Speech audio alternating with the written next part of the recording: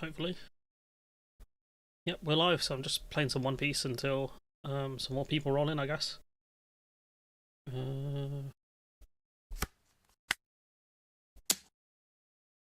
But yeah, this should be all good. We'll wait for some people and then we move.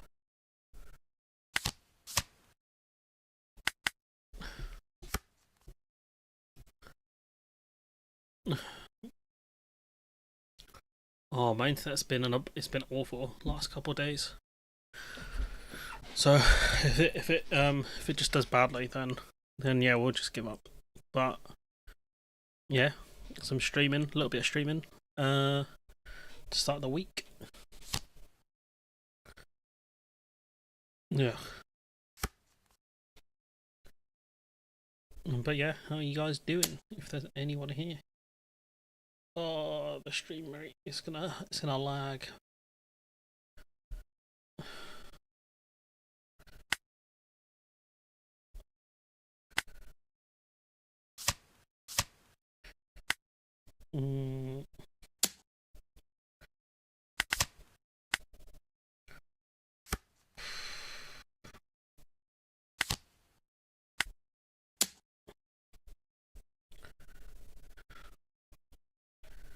No way.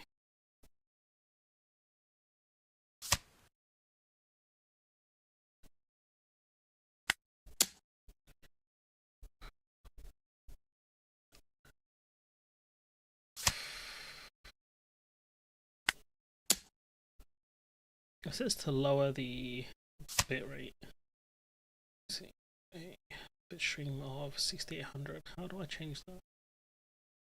Can I change it here? I don't know. But yeah, we are live. Oh, it's that fucking wheel. I'm gonna have to load this on my phone, I think.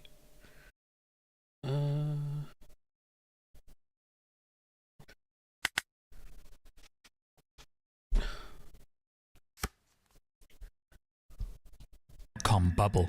The bond market had So what we're going to be looking at is Trump and the bond market. Oh, I hit League of Legends by accident. That's great. To wait for that to disappear. That is most unfortunate. Now is not the time for League.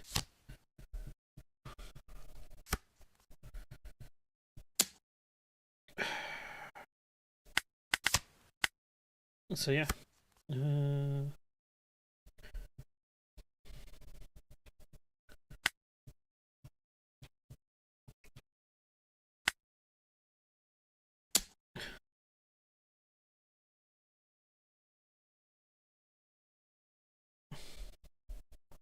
Test Trump's tariffs and responded with a message. We're not sure we're safe leaving our money in the US anymore.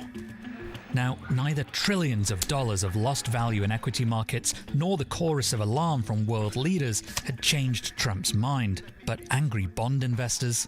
I was watching the bond market. The bond market is very tricky. I was watching it. That's what got him to press pause on his tariffs.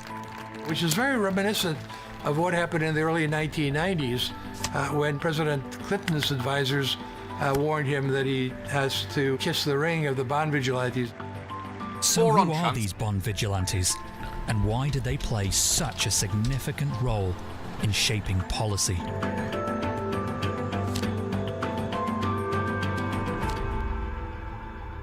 Let's start with something everyone's heard of, a lettuce. So this is about, obviously about Liz Truss. In 2022, one of these became a humiliating political metaphor. I will drive reform in my mission to get the United Kingdom working, building and growing.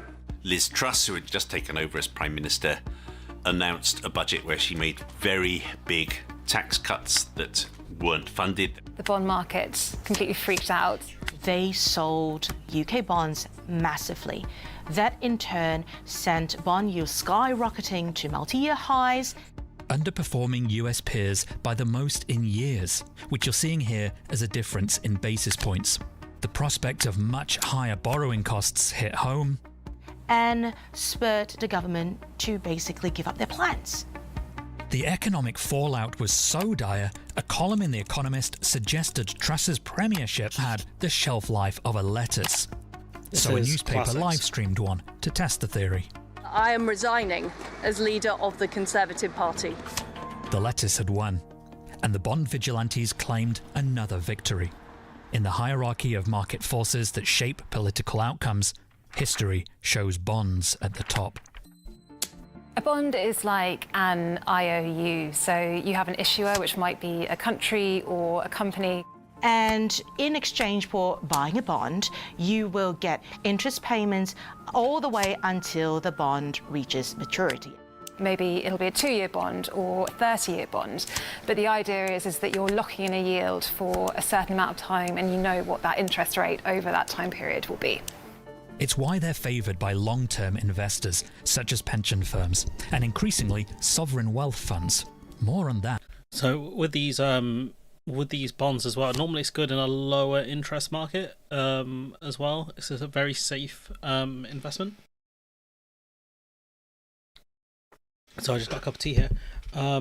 So that's one of the other reasons why. And there's an expectation you will get paid out as well. So bonds generally are a good investment. Obviously, not financial advice, but there's a safety in there, and they also use them to leverage for other things as well. So yeah, that's why bonds are generally a good choice, depending on what your financial situation is. Later. Governments use the proceeds to fund everything from hospitals to schools to bridges and infrastructure. The bond market is kind of like the banker for a big government. In 2024, global government debt stood at around $100 trillion. So ignoring the concerns of the metaphorical banker is unwise. Bond investors are the ones that are owed money.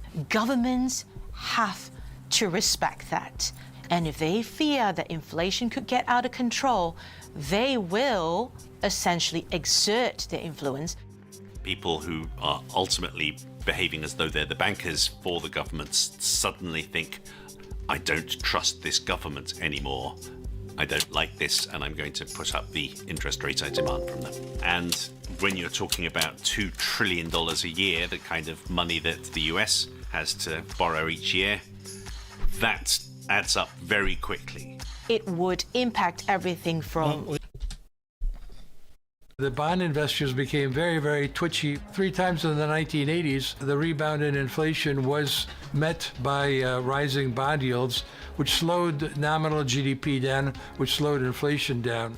In the early 1990s, Bill Clinton was told by his advisors they had to maintain fiscal discipline because if they didn't, the bond market would upset their plans. Clinton took that to heart and maintained a relatively disciplined fiscal policy. This it's kind of dumb because, you know, we've talked about no buffering. It's back now though. Okay, cool. With this stuff, like, it depends on what you're borrowing for, and obviously you got to talk to the bond markets and stuff. But like, you're gonna kill your own growth. You know, the way to, I guess, to talk to investors is that, look, we're gonna be expanding, like how a business expands. You know, you have to borrow money and you have to convince the investors you're doing the right thing. But the thing is, like, you know, convincing investors is one thing, but you also need to have a vision. You know, like we've seen other businesses, like people invest in like all sorts of companies that are making a huge loss. There's no dividend yield or anything. So, you know, if you're struggling to convince investors to go with a bond, you know, struggling to go with a bond that's got, you know, between 5 and 10% interest, there's something wrong going on there. Or I guess with the share, you know, it will appreciate in value. Potentially you can sell it off quicker, but I don't know, man. Then, in the 2000s, the vigilantes appeared to have taken a trip to Europe. A reporter asked me about what was going on in Greece. I said, what do you mean? Well, I said, look, the bond yield has gone from under 10% to 40% in a very short period of time. Is it possible that the bond vigilantes basically have taken a vacation in Greece and then realized that they had a problem with that government? Now the bond vigilantes are actually more powerful than they've ever been, simply because there's a lot more debt than we've ever had. The governments that are most vulnerable are the ones that have borrowed what the market would think is too much for the track to bear. We now have so much debt that has been accumulated by the United States that just paying the interest on that, and we're talking about $1 trillion in interest payments. And so investors are assessing alternative places to take their cash. The thing with this stuff is, like, it wasn't the issue with the bonds wasn't that, you know, America was borrowing too much. It was the uncertainty Trump caused with his actions. That was the issue. They are now nervously looking at German bunds as being safer than US debt, conceivably. A Bund is a German bond. And look what's happened to the spread. In other words, the difference between US and German 10-year bond yields.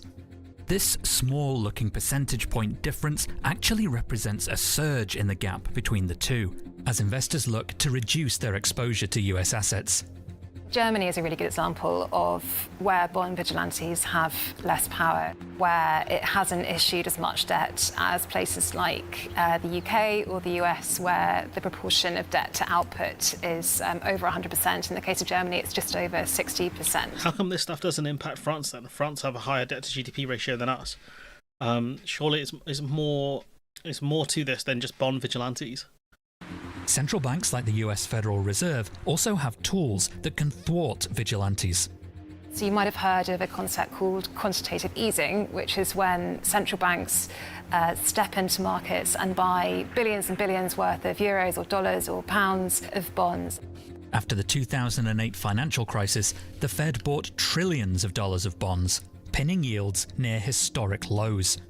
This is usually a last resort. We've recently seen the end of an experiment where the Bank of Japan tried to keep the 10-year yield on Japanese government bonds to zero. It successfully did do that, but at the cost, arguably, of distorting the Japanese economy. You know, Japan's economy is a bit of a basket case. It doesn't make sense, I think, to Western kind of market principles. Interestingly, though, Japan is the biggest owner of US debt, followed by China.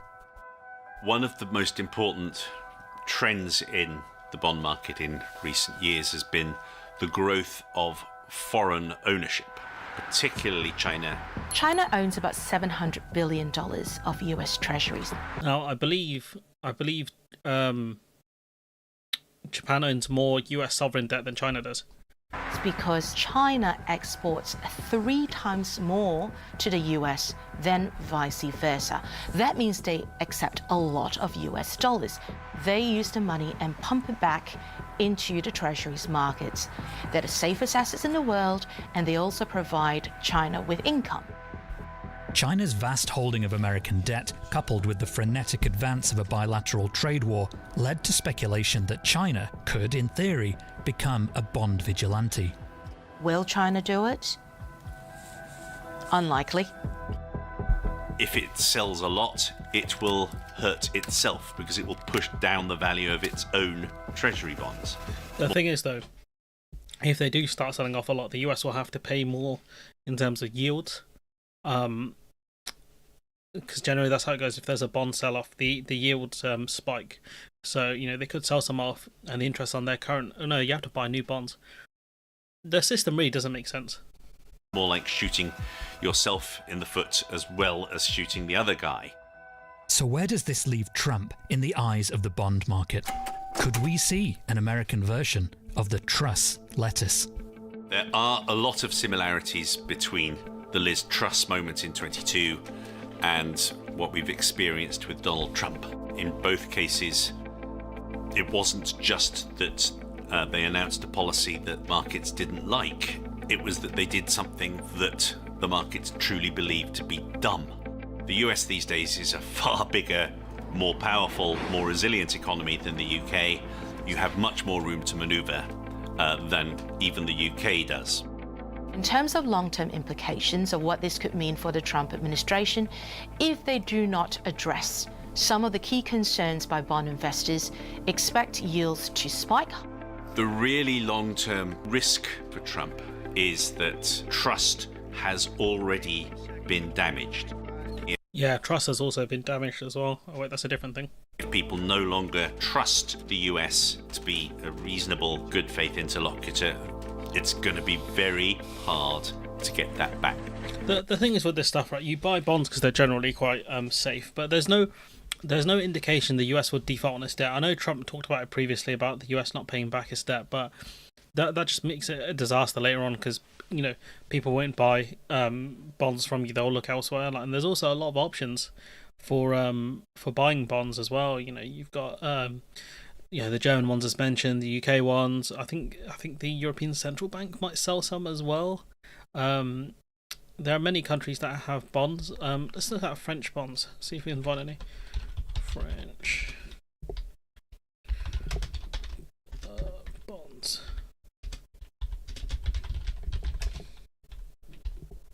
French government collapse. Oh no. Let's see. Bonds range from 2 to 50 years. Imagine waiting 50 years for your bond to mature. They're called obligations. A symbol as do trust. Fucking French. Are used for the government's medium long-term borrowing. Right. How do you buy them? So their bonds at 3.192%.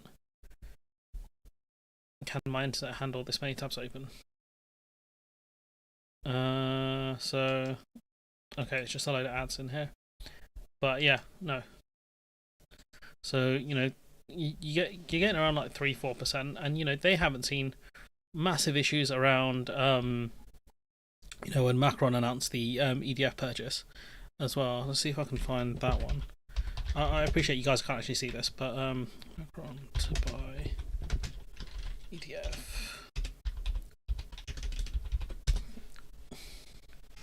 So that happened February. So let's see. So 18th of Feb 2022. Do we have that? Yeah. So you can see here, he announced it around the 18th of Feb 2022. Now you could make the argument that his announcement caused it to spike. 18th of Feb 2022, which is around here. But it'd be, you'd have to make the argument, the kind of news around it, or the speculation caused bonds to spike. But then if you look at that, they're not that high really. And this is a country whose debt to GDP is way higher than the UK's. They're at, I think it's 120% now. And yet they why isn't their bonds spiked?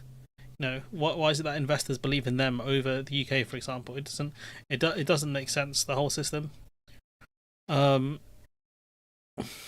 So yeah, did actually want to discuss some UK stuff, but I thought it'd be fun to start with some American stuff because they're always very fun to start with. Just bear with them. I'm just gonna grab my phone quickly.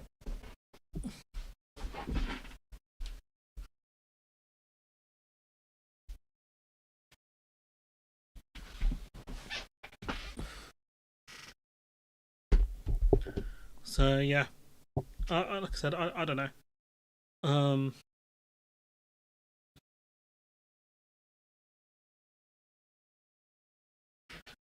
So yeah, no, I was just looking at some comments on the O'Brien video I did as well. So yeah, if you guys can be asked, just watch that after this. Is there anyone else? No, I don't think there's anyone else on Aki. It's just me and you, mate. Honestly, I think this one's yeah. But I probably got to pick a day to stream and actually stream on it and be more consistent. I don't know.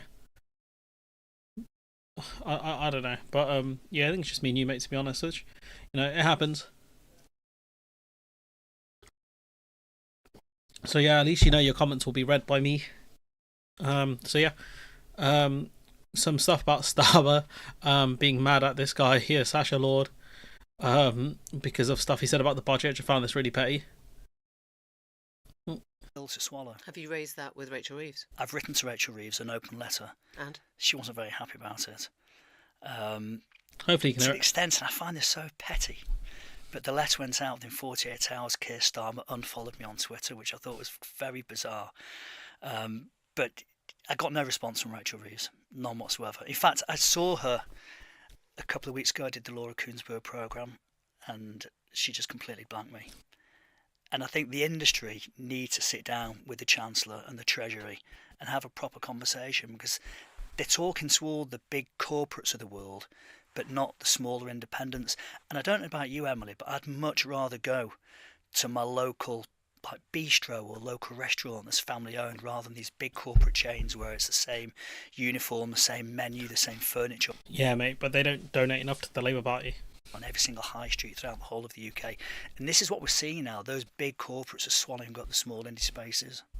I want to get back to your relationship with the Labour Party, because I think you threatened to quit a couple of months ago. Yes. And?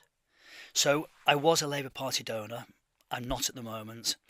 And it's all hinges now for me on the autumn budget. That's it. If there isn't help for hospitality, which I was promised there would be in the election, if there isn't, then it's not the party for me. And I actually think we're going to see a huge shock this week in the local elections and the mayoral elections. We'll be covering that probably later on in the week, to be honest. I'm free Thursday, but I can't do like a late stream. That's the problem. Really do. If you were in government, you'd say that's never going to be a shock. I mean, what do you mean by a huge shock? Let me ask you, what do you mean? I think we're going to see Reform take a lot of seats this week. And is that where you're heading now? No. We're cooked. It's over. No, most definitely not. I mean, I guess... The question is, where's he going to go? If he's saying Labour aren't the party for me, who is he actually going to vote for? You know, if you're in power, you say that's what it feels like to be in power. That's what happens when a government comes in and they get a kicking because people, you know, use the local elections, lend a vote to kind of give you a good kicking if you're in power. I've just never... In my lifetime, I cannot remember this country feeling so flat, so demoralised. I think he's on to plums if he's looking for anything from this mob. Yeah, I have no idea what that means, mate. But what I can tell you is, like, I think people expected the Tories to be shit, and they were shit. And now people have given Labour a chance. They're just like, these guys are, diabolically bad as well. No one has a good word to say about it at the moment. And all those people who I was talking to during the election who were extremely excited, not just people in hospitality, who were extremely excited about the new government coming in, are now completely deflated. Yeah, they talked about growth, talked about change, talked about all of this stuff, and they've delivered nothing. I mean, I guess the government, the Labour government, has never... Please, it's QA. The link man who sorts out the podcast. What a G. Shied away from telling us that this was going to be bloody awful. Yeah, I mean, to be fair, I told you guys it's going to be pretty shit, so I don't think it'll be this bad. You know, this conversation around increasing teachers' pay? Aren't yet officially announced. It's a Times report of what they think. Now, the Times get a lot of briefings from these guys. I don't know why, but they do seem to get a lot of briefings. The Times, yeah. No, honestly, I don't know what's going on with the internet. Like, it's been bad since I got back from holiday, so I need to I think I need to restart it, to be honest. That there's no money to... If it gets really bad, we'll just can the stream, honestly. Play with, there's no money around, and so yes. Well, you know, there is money around, it's just she don't want to borrow it because of the fiscal rules nonsense. Like, this is inept journalism once again.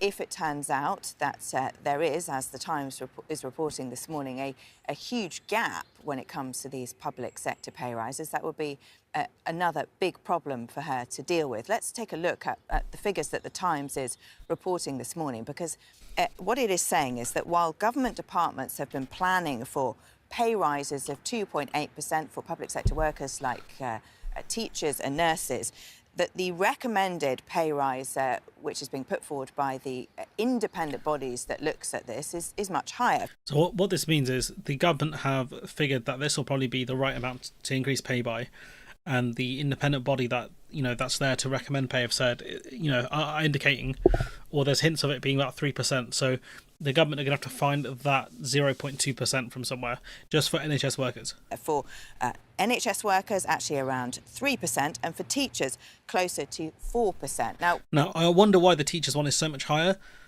That should be one. That's interesting. When we asked the Treasury about this, they told us that the process is still ongoing, and they reminded us that last year the Labour government did accept the pay review body's recommendations in full. But last year they thought they had more of a fiscal headroom.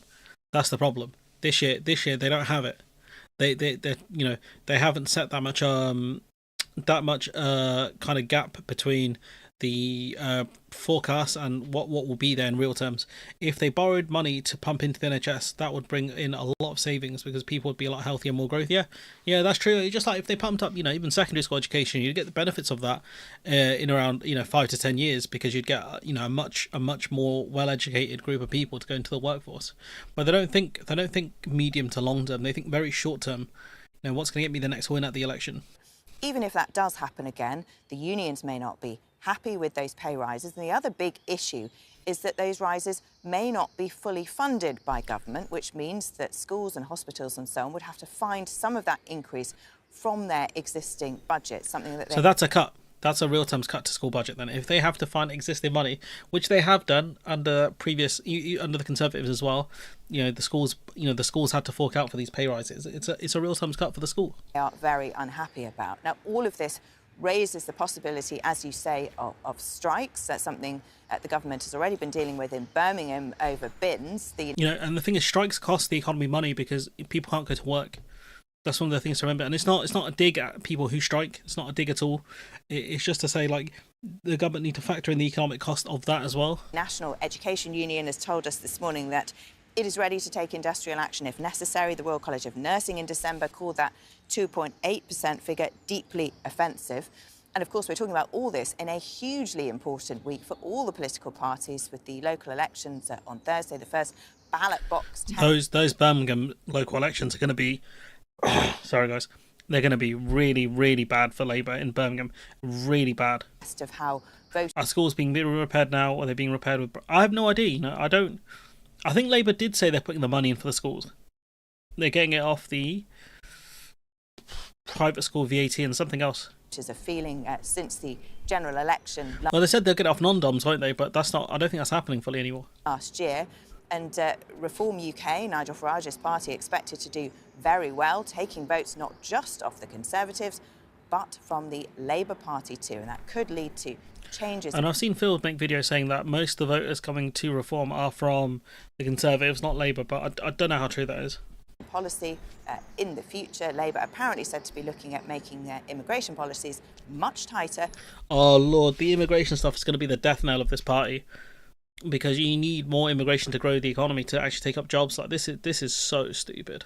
With new rules on legal migration expected to come in the next few weeks. They're not good. You're not going to out Farage on immigration. You're not going to do it because he's going to talk about a one in, one out policy for everyone. All you're doing is going to give him more oxygen. Hey, Dylan Keane, I'm not too familiar with you. I don't know, are you a new person? A rare new person? But yeah. Dylan, not Dylan, huh? Thinking of Dylan White. Yeah, this honestly is... This is foolishness. Let me see if I can find the clip of Dante saying it, actually. Sure, let's see.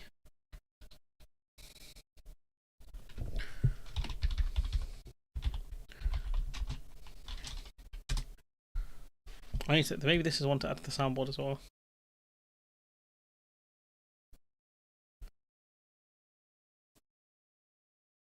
I just wanted the clip of him saying it. There we go. Foolishness, Dante. Foolishness. This is foolishness. That's what this is. Maybe I need to add that to the soundboard. But this is on Davey. Oh, okay. I know who that is now. I think 10 out below. Nah, I don't think it'd be that low. But you never know. Following on. NHS workers, 1.3 million NHS workers, to have a 3% pay rise. Chancellor has not budgeted for that, as we understand, but will she agree to it? Well, I'm sure you'd understand that I'm not going to conduct these negotiations. I think the thing with this stuff is asking these kind of questions kind of dumb, because you know what the minister's answer is going to be. It's going to be I can't answer that. On a TV interview. We are considering the recommendations of the pay review body.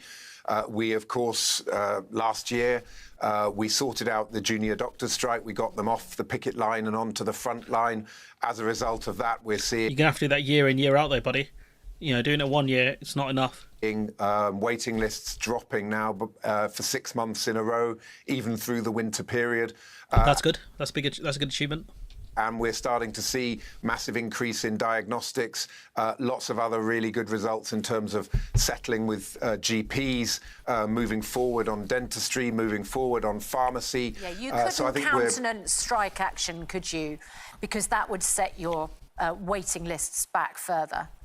Well, absolutely nobody wants to have strike action. And I would, of course, urge all of our colleagues in the trade unions to, of course, be at the table, to engage with us constructively. They're going to be at the table, bro. How do you think they're going to try and get this 3% pay increase? Come on, bro. But to also recognise that this is a government that's all about putting more money into the pockets of working people. Look what we've done with the national... So you should have no issue with the 3% then? Wage, interest rates falling 3 times in a row. Interest rates have very little to do with you. Sorting out the deal with junior doctors. We are absolutely about putting more money in the pockets of working people, but we of course have to do that within our fiscal constraints. Of course. Yeah, nah, I'm not seeing that. And you know, Starmer is nervous about reform. Are you more worried about reform than the Conservatives? Look, I equally would challenge either of them. The Tories have got a terrible record, 14 years of failure. Reform moan about everything, but have got no answers. And at the end of the day... You know what, that's a fair point, but you also moaned about a lot of things during the last election, and you didn't have a lot of answers. You know, reform and the Tories, there's all this talk about them getting together and merging. I mean, if you're a Tory voter who doesn't want a pro-Russia foreign policy, how does a merger with reform work for you? If you're That's a fair point. Reform voter that thinks the Tories failed for 14 years, how does a merger or coalition with the Tories work for you? Both sets of votes... It means they'll get power. You know, it means like reform could be, you know, dictating policy. Voters are being conned because behind the scenes and behind the leader of the opposition, other people are looking for a coalition of these two parties. It would be a disaster for Britain. You know, that's the thing, though. You've got to stop that from happening. That's on you, Chief. That's your job, to actually improve people's lives. Are you more worried about reform than the Conservatives? Okay, we'll just watch this. And, you know, the situation is that voters deserting Labour and Tories as reform to claim hundreds of seats at local elections, top pollster says. So you got Sir John Curtis says the big winner of the local elections is already Nigel Farage, whose party claims he has murdered the Tories. So fewer people than ever prepared to vote Labour or Labour or Tory, as reform looks set to claim hundreds of seats, according to John Curtis. Speaking to The Independent, he said less than half of voters are telling pollsters they'll vote for the two main parties in a historic shift in voting patterns. And, you know, those historic, you know, those people who would constantly vote for the same party, that you know, that breed is going. If they don't get rid of Starmer and crew, the English are screwed. I mean, yeah, but we're taking Scotland with us. He said fewer than half people tell pollsters they're going to vote for either Conservative or Labour. It's never been that quite low, that low before. The big winner from the shift in voter intentions is Nigel Farage. But, you know, I think based on what other people said as well, reform have always been a bit overinflated in the polls. So that's quite interesting. He also predicted the Lib Dems will do well in places like Oxfordshire and Cambridge due to reform having murdered the Tories. So I think it's going to be a lot of, you know, reform splitting the vote and then the Lib Dems running through the centre. But we'll have to see. You know, leading polls said the Lib Dems have eclipsed Mr Farage's former party UKIP in standing candidates for more than 99% of seats. There's reform in a sense have already won these local elections. One of the targets they set for themselves is to create local party organisations. Evidently, in the limited number of places we have elections, they have managed to create an organisation of 1,600 candidates, and they are fighting for more seats than any other party. What? UKIP never got to fighting more than 75% of wards, so they're fighting more seats than Labour? That can't be right. Curtis said reform will probably end up winning a few hundred seats across the country, a significant step towards Farage convincing voters that they're the real opposition party to Labour. The last local election in my area, Reform was 9% to 15%. The poll they won 0.97. Hey, that's a big failure in polling. That's a huge failure in polling. Unless people are telling the pollsters they'll vote for Reform just to stick it to Starmer. He goes, it may well be that Labour end up making net gains. He said this is because while Labour are polling well below their May 2021 benchmark, Reform will take more seats from the Conservatives and allow Starmer candidates to hold on. It also, like I said, splits the vote as well in certain areas. So the Tories are going to lose more votes than potentially Labour will.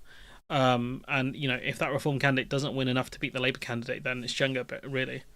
So, as we're in certain territory ellipses, partly because Reform are intervening virtually everywhere, there is no baseline against which to measure them because it's their first time intervention. So I think it does make it harder for the data nerds to figure things out.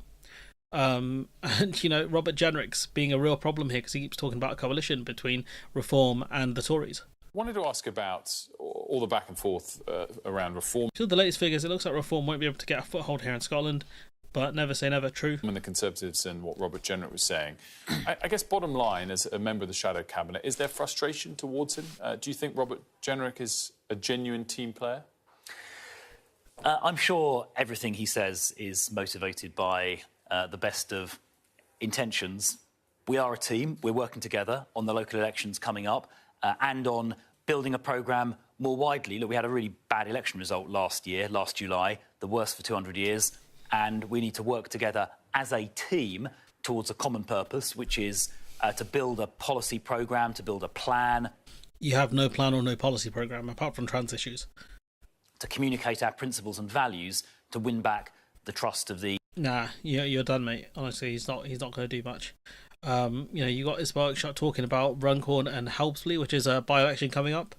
One of Labour's safer seats. The Reform Party's on a roll, but Labour's working very hard, all to play for. But Farage said there would be no shame in not winning this one, even though they're the favourites according to the bookies by the looks of it. But again, this is the thing with bets are it's what people are voting on rather than anything else. Expectation management at its peak, which is true. You got this guy who was a writer and a broadcaster saying Reform will fall short in Runcorn by around 2-3k votes. For all of those in my mentions, this what Farage has privately said to someone he knows would also explain the change in tone from Oakeshott and others. So this is expectation management from the gang. And you have Jenrick again. I want the Conservative Party to be in office. I obviously want to be able to affect change.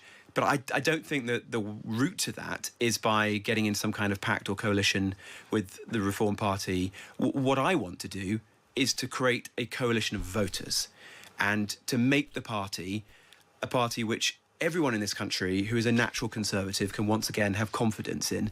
As I say, I think that's a big task because when I speak to those people, they are very frustrated and some of them are very angry with the Tory party right now. Yeah, I'm not surprised people are angry with you, mate, after what you guys did. Now, because we did let them down. We didn't keep our promises. What we've got to do in the months ahead is demonstrate that we've learnt our lessons and that we have serious answers to those challenges. You don't, the only thing you guys are strong on is the trans issues because there's a load of TERFs in this country. That's it. That's the only issue you guys talk about. And, you got Kemi Badenoch because, for some reason, Jenrick keeps talking about a potential coalition between Reform and the Tories, and Kemi Badenoch having to constantly swat away these statements. People have often been confused by this. I am not going into any coalition whatsoever with Nigel Farage or Reform at national level. I've been very under clear any about circumstances. That. I have said, read my lips, Trevor. I am not going into coalition with Nigel Farage. Under any circumstances. At local level. Under any circumstances. I will repeat myself. I am not going into any coalition with Nigel Farage. At local level, it's different. In the national election, you can rerun the election. At local level, you can't. So there might be no overall control. And what I've said to our councillors, I trust these people. They're very smart. They've been doing this for decades, is that you have to do what is right for your local area. You look, at the moment, we are in coalition with Liberal Democrats, with Independents. We've been in coalition with Labour before at local government level. They have... Pause, what? They've been in coalition with Labour at... Oh, is this in Scotland she's talking about? She must be talking about Scotland. To look at who the people are that they're going into coalition with and seeing how they can deliver for local people. So, what I don't want to hear is talks of stitch-ups or people planning things before the result is out. So they have to do what's right for their community. So if the numbers work out this way in a particular area on Friday morning, you're not going to say to any of your local council leaders, you may not work with Nigel Farage's party? A lot of the people who are in Reform now are defected Conservative councillors, so they probably worked with some of those people before. This is why I say they need to make that decision themselves. I wouldn't recommend going into coalition with people who are not credible, people who have no agenda, no manifesto. We need to make sure that we're delivering the services, picking up the rubbish, filling the potholes, looking after adult social... Yeah, you guys didn't do a lot of that, to be fair. You did not fix the potholes or do anything for adult social care. Adult social care, running schools, that's the... You didn't do a good job running schools either, so, yeah, you're pretty much, 1 for 4 there. It's not great. Substance into this. So you got this guy, Paul Mason, talking about, doing some sort of firewall around reform. I praise Kemi Badenoch for her insistence that she will not form a national coalition with Farage. And the reason for that is the content of what that coalition would be. Farage is Trump's man in British politics. Farage is Putin's man in British politics. No, he's not. And Kemi Badenoch is absolutely right to... Low-key, in some ways, Farage does push, talking points from, the other side of the Atlantic and also from, the other side of the world. Do what many European politicians have done, which is to erect a firewall against the far right. That's what we should be doing. Now, I heard financially they're not doing well. I think another Tory donor left them and joined Reform as well. The problem with Tories... They did that in France and Germany. And, well, look, I think they can still do it. And they became more popular. That's what we can... That's the thing, though. You make them taboo, and you make their voters kind of become more hardened because then they're like, the establishment is trying to snuff us out. Doing this is dumb. Continue to need to do. On my side of politics, what we need to do is find common ground with Lib Dems, Greens and the rest. But you're not finding common ground with them because you're not setting it up. You're chasing Conservative voters. Form a bloc against this threat. Sorry, you can't equate Farage with Le Pen or the AfD. Why not? In Germany. And the problem Kemi Badenoch might well have is if it's a choice of another 4 years of a Labour government or 4 years of a Reform Conservative government, which is she really going to pick? You tell me. Well, I would have thought she'd go for the latter, even if she said right up until the election, we won't do a deal with... I mean, she's saying not to do it. She's not saying She's not saying there won't be a deal with them, but she's saying, it's up to local councils to figure out what's best for themselves. That's what she said, come on, guys. Reform, as long as the Conservatives get far more seats and far more votes, they would be in the driving seat, so any of the sort of slightly weird policies Evening, Simon. Reform have could be jettisoned. I mean, just ludicrous from Paul Mason, to be honest. A party to take call for a pact, haven't you? I mean, what's happening to the Tory party here? To be fair, I didn't call for a pact. Well, I thought you did. It sounded like you did. Well, Battle of May is here. I mean, it feels like the Tory party just losing any sense. It's being dragged, isn't it? And it's losing any sense of itself. The example I used was if at the next election there are a number of MPs in the Tory party and Reform that created a significant majority, then obviously there's going to be a conversation to form a coalition or some sort of pact. So you are talking about a coalition potentially No, in the I'm general election? I'm talking about the practicalities of keeping Labour out of government because we've seen what they've done in the last 10 months. It's a terrible place for the Conservative Party to find itself. The party of Michael Heseltine, Ken Clarke. I mean, when were they the party of Ken Clarke, really? It's the party of David Cameron, austerity boy, the party of Theresa May, strong and stable, party of Liz Truss, the lettuce, party of Rishi Sunak, completely senseless. The party of Ken Clarke is ridiculous. To hold out Ken Clarke as some sort of bastion of goodwill, he's an austerity boy. If in that situation there's obviously going to be a conversation over the next 3 years, Kemi and the Conservative Party have a huge amount to do to regain that trust, put forward the Conservative argument so that people don't go to Reform. I mean, the big thing about all of this, both the Conservative Party and the Labour Party really need to get a grip of, is that the realignment in British politics is real.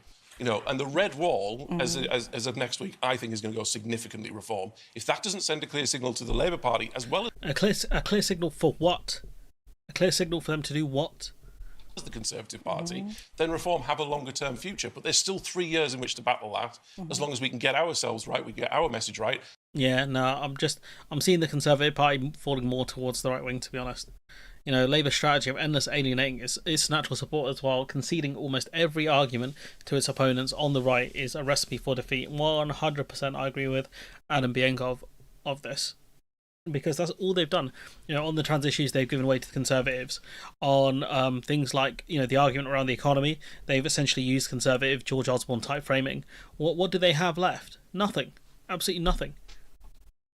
You know, like you got this, you know, winter fuel allowance coming up in every focus group on the government. So much that I think you can call it the government's original sin. Why? Big four themes: trust, concern for vulnerable, contribution, encourages. What the his thing makes no sense. So, top day in Runcorn. Sorry, I'm mute Darren Bastani. He tweets way too much. He goes, top day in Runcorn. Nothing beats getting out and talking to people. If I was Reform, I'd be very optimistic. But here's the thing: even Labour voters in the seat had nothing positive to say about Starmer. Winter fuel cuts equals stupidest own goal I've ever seen. And you know, all they were doing was looking like they were attacking pensioners. And you know, I think some voters, I think there was a decent chunk of voters that backed getting rid of it, but I think there were a lot of older people who do vote, who are not fans of this. You know, and I think, you know, NJ talking here about, you know, it's I think it's very well telling our country, you know, that pretty much everyone thinks the winter fuel payment cuts was bad, but we're still having debates around the 2-child benefit cap, which is true. It's facts. And the public still supports keeping it. I think the public backed getting rid of the winter fuel payments, though. I'll have to look at the polling.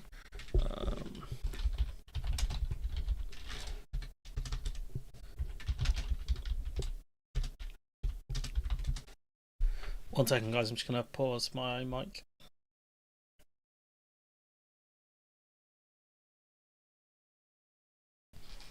I was ill last week, and what do you call it? I've still got it a little bit. So yeah. So apparently it's a key thing. I think the winter fuel payments for. Oh, I don't want to pay. I'm sure there was polling on this to say, but the public supported it.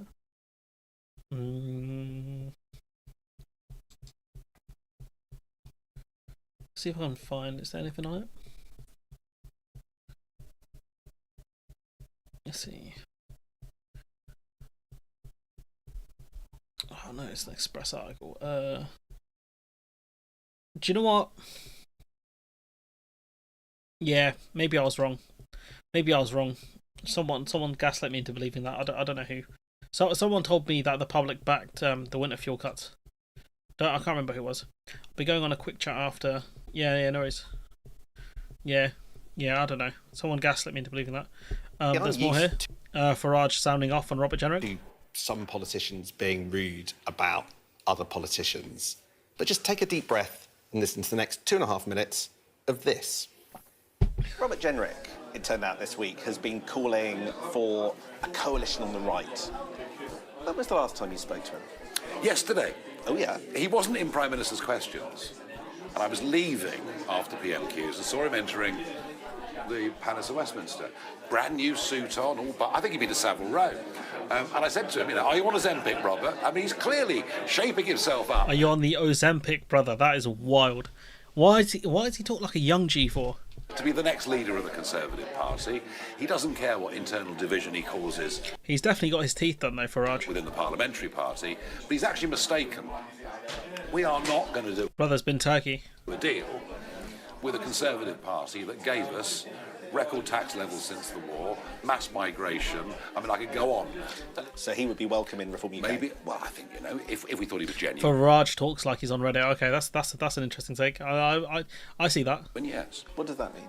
Well, don't forget, I mean, this is Robert Generic. This is Robert Generic. Yo, he's getting lit up, guys. This is brutal. I don't even like Farage like that, but you've been on the Ozempic, brother. This is Robert Generic. Oh, man, he's cooking him. Remainer. This is Robert, the I don't stand particularly for anything at all, who suddenly appears to be on this Damascene road, this Damascene conversion. So he's definitely got something done. I'm not sure whether he What's really. your, okay, means... what's your test for that, though? I mean, earlier this week you were Nigel the Socialist earlier this week, standing down. Nigel the Socialist. What is going on here? Brain news. What does genuine mean? That's always a judgment, isn't it? You know, you and I both know there are people in politics who are there through conviction, and there are people in politics who are there because they want to reach rank, position, and all that comes with it. That's you. You've been trying to become an MP for decades. That's literally you trying to achieve rank and position. And what's your gut? I'm really still not sure about Jenrick. I'll be honest with you. I mean, he wants power. We know this. It's not hard, you know. To change your morals from being a Remainer to a Brexiteer is a complete decision based on seeking power. I'm really not sure. Because it's almost like an overnight conversion to saying a whole host of things that he did differently when he was in government. Do you think he's the kind of person that gives politics a bad name? Time will prove that. Time will prove that. At the minute, I'm sceptical. Look, we're all allowed. Yeah, I think this one's getting an individual clip. I can't lie. I think that was brutal. As we get older, to change our positions on things, of course we are. But his current policy positioning just seems so far removed from everything he's ever stood for. I mean, I think that's what you called a political drive-by. It's not a drive-by. He called an airstrike on the brother. Absolutely cooked him. Brutal. It's a sight that strikes fear. I don't want to get copyright music claim, guys, so... Sky News. You head towards a general election where the nightmare scenario is that Keir Starmer sailed in through the middle as a result of the two parties being disunited down. I don't know about you, but I'm not prepared for that to happen. I want right to be united. And so one... The audio for this is an abomination. We'll leave this on. But yeah, no, you know, I think he is clearly talking about it. Talking about this kind of coalition. Reform? No, I think at the end of the day, we have to be very clear about, and I agree with who we stand for, what we're going to do and what we are doing as a government. What are our economic policies? What are our policies for the country? Rebuilding the country, ensuring that we have, you know, a national steel industry that would have disappeared if we didn't recall Parliament on Saturday. So it's really sort of laying out our stall as a Labour government. And I think that's what's important. And I think that's what's important for politics, to be honest. People need to know who you are as a political party. You may be comfortable, but Nigel Farage is coming for you. He is getting closer to the union movement. He took that position on steel nationalisation. He is trying to sniff, and he's good at it, work out where voters in your side of politics might end up being dragged over to Reform UK. Are you really saying it's not a threat at all? So I don't disagree with that, but does he believe it? And I think that's the difference, right? He doesn't believe it in his heart. What he's doing is just trying to... But to voters, what the voters think more important. Yeah, but he's just trying to find a way. He's just trying to do that, but he doesn't actually believe in it in terms of his party. So take the NHS, for instance, him wanting to, you know, that we have an insurance-based NHS system. I mean, our people who support Labour wouldn't support that. You know, we created the... The thing is, you're not talking about it enough. You're not making it a mainstream concern. He'll bat that one away. You know, just like he did, you know, when he was talking about how, what do you call it? You know, no one's talking about leaving the single market, and as soon as Brexit happened, he talked about leaving the single market. You know, you guys got to be a lot more aggressive on this front to deal with him. So I think what we have to do is just, you know, if you like, show politics in its reality and its rawness of what it is, and, you know, people trying to kid other people that, you know, this. Although I have seen the Labour Party attacks on that point you make on the NHS, which makes me think someone in number 10 is thinking that is something, you know, that's an issue. They've tweeted that video a few times now. No, reform's an issue, let's attack them on this as well. So. Well, I think, to be honest, it's because you've got a he's clearly said. No, yeah. And because he's clear, because he's clearly said but it. The fact Labour are amplifying it and picking up on it maybe shows that they are. Yeah, they should have been in this ages ago, to be honest with you. You know, it's a bit late in the day now. I want to talk about the by-election. You know, speaking about Big Nigel, the by-election. So this is one of the predictions from Britain Elects. That's it. That's the Twitter page. Okay, so it goes. A few hundred votes in County Cheshire threaten what should have been a Labour safe seat. So there's a by-election because it's Mike Amesbury, I think his name was. I think he punched a dude, and so he had to stand down. So Runcorn and Helmsbury is 2/3 Runcorn, an industrial town with a cargo port, and 1/3 Helmsbury, a collection of well-to-do small parish villages with experimental pub lunches, recommendations available. Oh, okay, this one's a cringe one. It's Labour and Tory voters who are swinging over to reform here. Lucky there's more Labour voters going to SNP. You better hope so, Akis, because otherwise you guys will be in big trouble as well. I live at 20. Okay, I don't really care about most of this. This is all filler. Sell ads. It's a risky assumption nationally. Tory voters in Labour versus Reform tends to lean Reform, but when you control for affluence, it's not so simple. Rich Conservative voters are now more split on the question. I hear a former Conservative councillor in the locale conceding that they will vote for Labour for the first time, and James Holmes, the GOAT, the MVP member for 12 months. The greatest to ever do it. 12 months is, wow, that's crazy. A year. Mad. Wow, that's crazy, man. Yeah. Because I don't understand what Labour is up to, one Reform Insider tells me. They must have private polling. That doesn't look good. Meanwhile, Labour activists report encountering fewer Reform voters. What a year it's been indeed, mate. Honestly, what a year it's been. Crazy, crazy work. Yeah. What a year. It's something, that's for sure.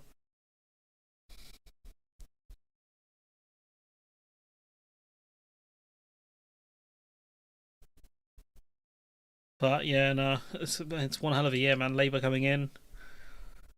Mad thing, honestly. Two things considered. Turnout, vote share. Turnout, according to my model, votes tallied on Thursday 1st will likely range from 23,000 to 29,000. Turnout is talking around between 55 and 68%. This isn't out there for a parliamentary by-election. In fact, it's typical for a competitive contest. It all depends, right? The main key for Reform to win this is, can they get their voters out? This is what's going to be pivotal for them. Previously, just one sec, guys.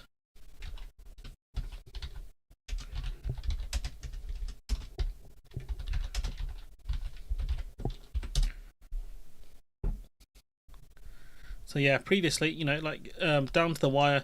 Oh my god, that is close. But again, the thing is, Labour, the Reform are overinflating the polls. So I don't know. I don't know if this will play out, but again, it's about getting out the vote. That's rule number one of politics: is get the vote out. That's something you learn in A-level politics, but they'll teach you in GCSE politics if we actually did that as a subject. So 36 and 35, you're talking that's within margin of error as well. There's a reasonable vote. Labour should expect to pull in 32 to 39% of the share, whereas Reform is on. That's a huge swing there. 31. And 40% of the vote. That's massive. It's a massive amount. The greater range for Reform can primarily be attributed to, as I said earlier, the reliance on the unreliable. But the central estimate from Britain predicts is this: a gasping lead for Labour in one of its safest seats in the country. The party has nothing to be happy about, but it's far from guaranteed. I wouldn't put money on it. So this one's a pick 'em, I think. But honestly, this is a disaster for Labour. A close result is a disaster for Labour, in my opinion. So they better hope their voters actually turn out. So if you do live in Runcorn and Helsby, think about it. You're letting Reform get an easy dub. Is that what you want? Big Nigel win. But at the same time, if you don't want Labour to do well, it's only a by-election. Labour have a huge majority. Maybe you look at the Greens. If you don't want to vote for Labour, maybe look at the Greens. Just maybe. You got here Labour and Reform battle for Runcorn by-election seat, but disillusionment could be an eventual winner. So on the banks of Mersey, this is, again, these articles are so much filler. Fed up electorate with little confidence that politics can work for them. And this is the problem here. This is what generates anger and apathy. It's people who aren't convinced the political system is working for them. I meet so many people who just don't care about politics because everyone's trash to them. And to be fair, have Labour proved them right? Yeah, 100%. 100% they've proved them right. You can go up to Starmer and say, you're trash, Brock, effectively, because he's not done well at all. They've made some change, some improvements. You're talking about NHS waiting lists coming down, stopping the strikes effectively. Not the bin strikes, anyways, but the NHS strikes and stuff. I think they're doing some repair work on the schools, but this is like stuff where it's like, yeah, it's decent. It's decent, but in the grand scheme of things, as Bowler Hatman said to me, in the grand scheme of things, what am I going to achieve? Nothing. we're doing YouTube. What has Labour achieved in the grand scheme of things? Nothing.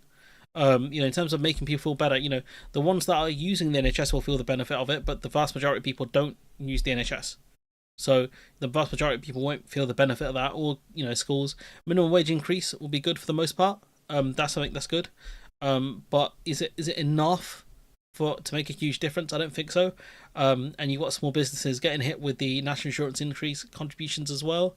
So they're getting hit with wage increases and a tax increase.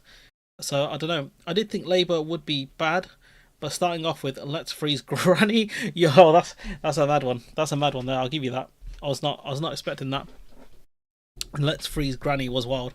Not sure they'll recover. I don't think they'll recover from that either. Put Grandma on ice.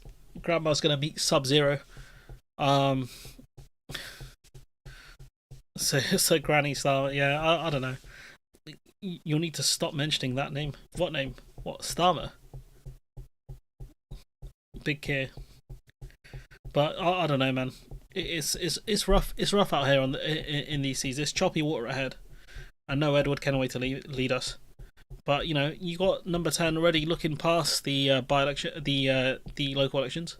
Because people who found themselves in Downing Street in recent days are hearing that once the local elections are out of the way next Thursday, and there's obviously the threat from Reform UK, and particularly in the Runcorn by-election, the word is that there is going to be a very, very ambitious deal with the European Union on the table that will cover defence, might cover things like mobility, will cover fishing. It is what is being said before the local elections in private, something very big on the table. Let's go live to the States. Because people... So yeah, number 10, eyeing up the EU stuff. The thing is, I think if Reform do really well, I don't think Labour are going to follow through on the pro-EU stuff. I've got a feeling. Strong submission. Inkling. We go to our last clip of the day, which is what's his face? This dude getting stunlocked. Can't remember his name.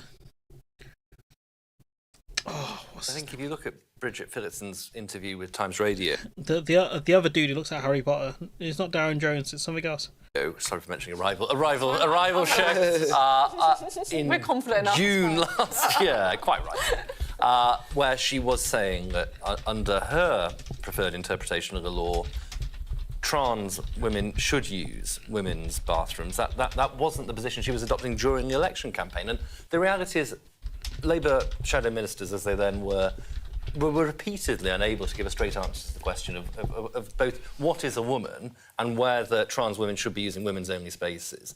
In that sense, I'm afraid, it just doesn't wash to say that there has been consistency, because there hasn't been. Right, but there has been, and what we have to do now is talk about the protections of trans women and trans men who are often left out of the debate. And actually, I think within this debate, I actually think we shouldn't have debates anymore without a trans man or a trans woman being included in the debate. Because this is important as well. Like, they do need more representation.